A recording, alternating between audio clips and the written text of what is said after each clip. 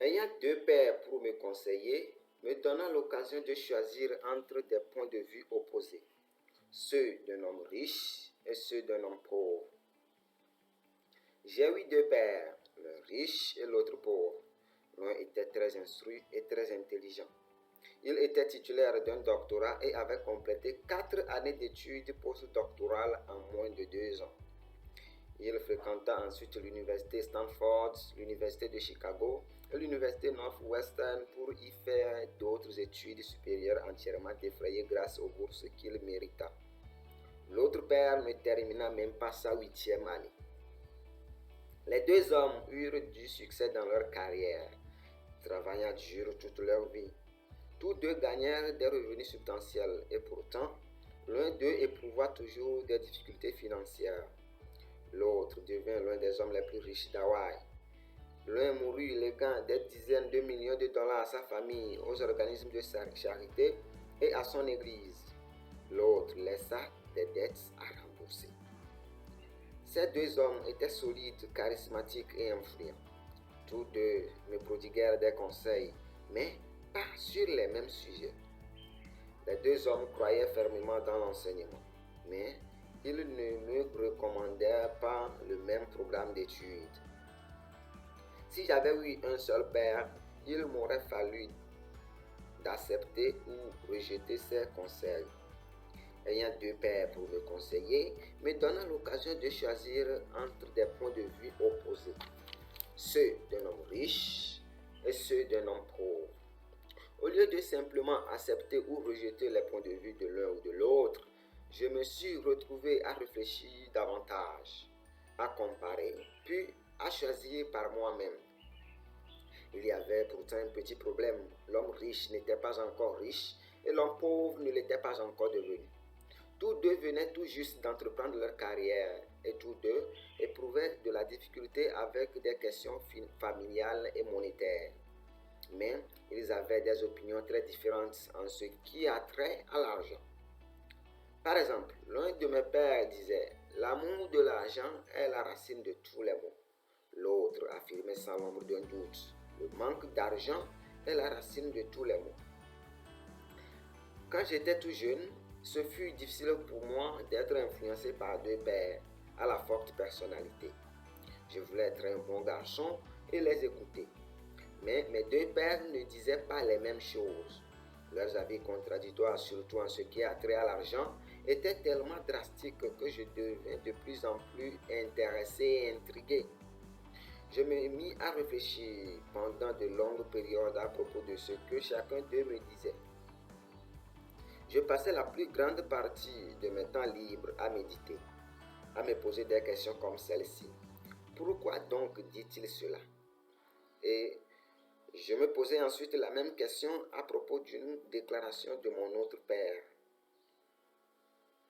Il aurait été beaucoup plus facile de dire simplement « oui, il a raison, je suis d'accord avec sa position » ou de rejeter simplement ce point de vue en disant « il ne sait vraiment pas de quoi il parle ». Le fait d'avoir deux pères que j'aimais me força à réfléchir et à choisir en dernière analyse ma propre façon de penser. Le fait de choisir par moi-même s'avérera un procédé beaucoup plus profitable à long terme, au lieu de simplement accepter ou rejeter un unique point de vue. Une des raisons pourquoi le riche s'enrichit davantage et le pauvre s'appauvrit encore plus, et la classe moyenne est aux prises avec des dettes, est que la question de l'argent est inculquée à la maison, mais pas à l'école. La plupart d'entre nous apprennent de leurs parents les rudiments de l'argent. Mais que peut donc dire un parent pauvre à son enfant concernant l'argent? Il lui dit, n'abandonne pas l'école et étudie de ton mieux. Il se peut que l'enfant obtienne un diplôme avec d'excellentes notes, mais il héritera peut-être d'une mentalité et d'un conditionnement de pauvre. Malheureusement, on n'enseigne pas l'ABC de l'argent dans les écoles. Les institutions d'enseignement se concentrent sur les aptitudes scolaires et professionnelles, et non pas sur les compétences financières. Cela explique pourquoi des banquiers, des médecins et des comptables responsables intelligents ayant obtenu d'excellentes notes à l'école se débattent quand même pendant toute leur vie sur le plan financier. Notre dette nationale astronomique est attribuable en majeure partie à des politiciens très instruits et à des fonctionnaires du gouvernement qui prennent des décisions sur le plan financier avec peu ou pas de formation dans ce domaine. Il m'arrive souvent de me demander ce qui va se produire quand des millions de personnes auront besoin d'aide financière et médicale. Ils devront dépendre de leur famille ou du gouvernement pour un soutien financier. Qu'arrivera-t-il quand l'assurance médicale aux personnes âgées et la sécurité sociale n'auront plus d'argent dans leur coffre? Comment la nation survivra-t-elle si on continue de laisser aux parents le soin d'éclairer leurs enfants sur les questions d'argent? Lesquels parents deviendront ou sont déjà pauvres? Étant donné que j'ai eu deux pères qui m'ont influencé, j'ai appris de l'un et de l'autre. Je devais réfléchir aux conseils de chaque père et ce faisant, cela m'a permis de comprendre davantage le pouvoir et l'effet de nos propres pensées sur notre vie. Par exemple, l'un de mes pères avait l'habitude de dire « Je ne peux pas me permettre d'acheter cela ». L'autre père refusait que j'emploie de tels mots. Il m'incitait plutôt à dire « Comment puis-je me permettre d'acheter cela ?» L'une de ces phrases est une affirmation et l'autre une question. L'une ne vous oblige à rien et l'autre vous oblige à réfléchir. Celui de mes pères qui allait bientôt devenir riche m'expliqua que le fait de dire sans réfléchir la phrase suivante « Je ne peux pas me permettre d'acheter cela » fait en sorte que le cerveau arrête de chercher. En posant la question « Comment puis-je me permettre d'acheter cela ?» ton cerveau se met en branle. Il ne m'encourageait pas ainsi à m'acheter tout ce que je voulais. Il était presque fanatique quand il était question d'entraîner son esprit, cet ordinateur le plus puissant au monde. Mon cerveau se renforce chaque jour parce que je l'exerce. Plus il devient puissant, plus je peux gagner d'argent. Il croyait que le fait de dire sans réfléchir « je ne peux pas me permettre d'acheter cela » était un signe de paresse intellectuelle. Même si mes deux pères travaillaient dur, je remarquais que l'un d'eux avait pris l'habitude d'endormir son cerveau quand il était question de finances, tandis que l'autre exerçait le sien. Résultat, à long terme, un de mes pères devient plus fort sur le plan financier et l'autre plus faible. Cela ne diffère pas tellement d'une personne qui se rend régulièrement au gymnase pour s'entraîner par opposition à une autre qui reste assise sur son divan à regarder la télévision. Les exercices physiques adéquats accroissent vos chances de bonne santé et les exercices mentaux appropriés augmentent vos chances d'être riche. Mes deux pères avaient deux manières de penser opposées et cela se reflétait dans leur façon d'aborder la réalité. L'un d'eux croyait que les riches devraient payer plus de taxes pour prendre soin des êtres moins fortunés. L'autre disait, les taxes punissent ceux qui produisent et récompensent ceux qui ne produisent pas. Un de mes pères me fit la recommandation suivante, étudie avec ardeur afin de pouvoir travailler dans une bonne entreprise. L'autre me donna ce conseil, étudie avec ardeur afin de trouver une bonne entreprise à acheter. L'un de mes pères me disait, la raison pourquoi je ne suis pas riche, c'est que vous êtes là, les enfants. L'autre disait, la raison pourquoi je dois devenir riche, c'est que vous êtes là, les enfants. Loin d'eux nous encourageait à parler d'argent et d'affaires à la table familiale. L'autre nous interdisait de parler d'argent au cours des repas. L'un disait, quand il s'agit d'argent, ne joue pas avec le feu, ne prends pas de risques. L'autre affirmait, apprends à gérer les risques. L'un croyait, notre maison est notre investissement le plus important, notre plus grand actif. L'autre croyait, ma maison est un passif. Et si votre maison est votre investissement le plus important, vous êtes en difficulté. Mes deux pères payaient leurs factures avant échéance, même si l'un des deux les réglait avant l'autre.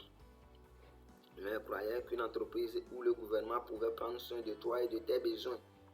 Et il était toujours préoccupé par les augmentations de salaire, les régimes de retraite, les prestations médicales, les congés de maladie, les vacances et autres avantages. Il était impressionné par deux de ses oncles qui étaient enrôlés dans l'armée et qui avaient mérité une retraite à une allocation à vie après 20 ans de service actif. Il aimait l'idée des prestations médicales et des privilèges que la coopération militaire fournissait à ses retraités. Il appréciait aussi le système des postes permanents qu'on retrouve dans une université. L'idée d'un poste protégé à vie et les avantages qui en découlent semblaient être plus importants bien souvent que l'emploi lui-même. Il disait fréquemment: « J'ai travaillé dur pour le gouvernement et j'ai droit à ces avantages. » L'autre avait foi en une totale indépendance financière. Il s'élevait contre une certaine mentalité qui exigeait des allocations obligatoires, car il était conscient à quel point cette mesure créait des gens faibles et pitoyables sur le plan financier. Il insistait sur le fait qu'il fallait être financièrement compétent. L'un de mes pères se débattait pour sauver quelques dollars. L'autre créait tout simplement des investissements. L'un d'eux m'enseignant comment écrire un impressionnant curriculum vitae pour que je puisse me trouver un bon emploi. L'autre m'enseignant comment rédiger de solides projets financiers et d'affaires pour que je puisse créer des emplois. Le fait d'être le produit de deux pères influents m'a donné le luxe de pouvoir constater tous les effets que des pensées différentes peuvent avoir sur notre vie. J'ai remarqué que les gens façonnent vraiment leur vie par le moyen de leurs pensées. Par exemple, mon père pauvre disait toujours: « Je ne serai jamais riche. » Et cette prophétie se réalisa. D'un autre côté, mon père riche parlait toujours de lui-même comme de quelqu'un de riche.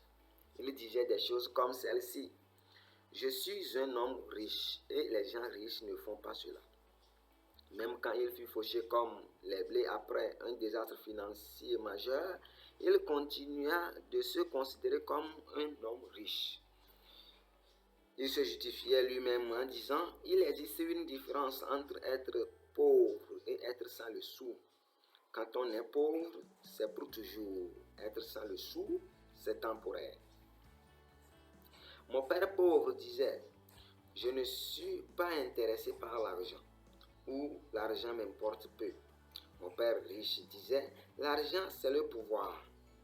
Donc, la puissance de nos pensées ne pourra peut-être jamais être mesurée ou estimée à sa juste valeur. » Mais il devint évident pour moi, alors que j'étais encore tout jeune, qu'il me fallait prendre conscience de mes pensées et de ma façon de m'exprimer. Je constatais que mon père pauvre était pauvre non pas à cause du salaire qu'il gagnait, qui était loin d'être négligeable, mais à cause de ses pensées et de ses actions. Encore jeune garçon avec deux pères, je devins extrêmement conscient qu'il me fallait être prudent quant aux pensées que j'allais choisir d'adopter comme miennes. Devais-je écouter mon père riche ou mon père pauvre? Les deux hommes avaient un immense respect pour l'éducation et les études. Ils différaient d'avis sur ce qu'il était important d'apprendre selon eux. L'un voulait que j'étudie avec ferveur, que j'obtienne un diplôme et que je trouve un emploi payant. Il voulait que j'étudie pour devenir un professionnel, un avocat, un comptable ou que je fasse des études commerciales pour obtenir une maîtrise en administration des affaires. L'autre m'encouragea à étudier comment devenir riche, à comprendre le fonctionnement de l'argent et à apprendre comment mettre l'argent à mon service. Je ne travaille pas pour l'argent. Voilà les mots qu'il me répétait encore et encore. Et l'argent travaille pour moi. À l'âge de 9 ans, j'ai décidé d'écouter et d'apprendre tout ce que Père riche avait à dire à propos de l'argent. En agissant ainsi, j'ai choisi de ne pas écouter mon père pauvre, même si c'était lui qui détenait tous les diplômes. Quand j'eus décidé lequel de mes deux pères je devais écouter, mon éducation concernant l'argent commença. Mon père riche me prodigua son enseignement pendant 30 ans, jusqu'à ce que j'atteigne l'âge de 39 ans. Il cessa de m'enseigner après avoir réalisé que je connaissais et comprenais à fond ce qu'il avait essayé d'enfoncer dans mon crâne, bien souvent borné. L'argent est une forme de pouvoir, mais l'éducation financière est plus puissante encore. L'argent va et vient, mais si on vous enseigne le fonctionnement de l'argent, vous acquérez du pouvoir face à l'argent et vous pouvez alors commencer à créer de la richesse. La raison pourquoi la pensée positive ne peut pas à elle seule donner les résultats voulus est que la plupart des gens ont fréquenté l'école et n'y ont jamais appris les rudiments de l'argent. Voilà pourquoi ils passent leur vie à travailler pour de l'argent.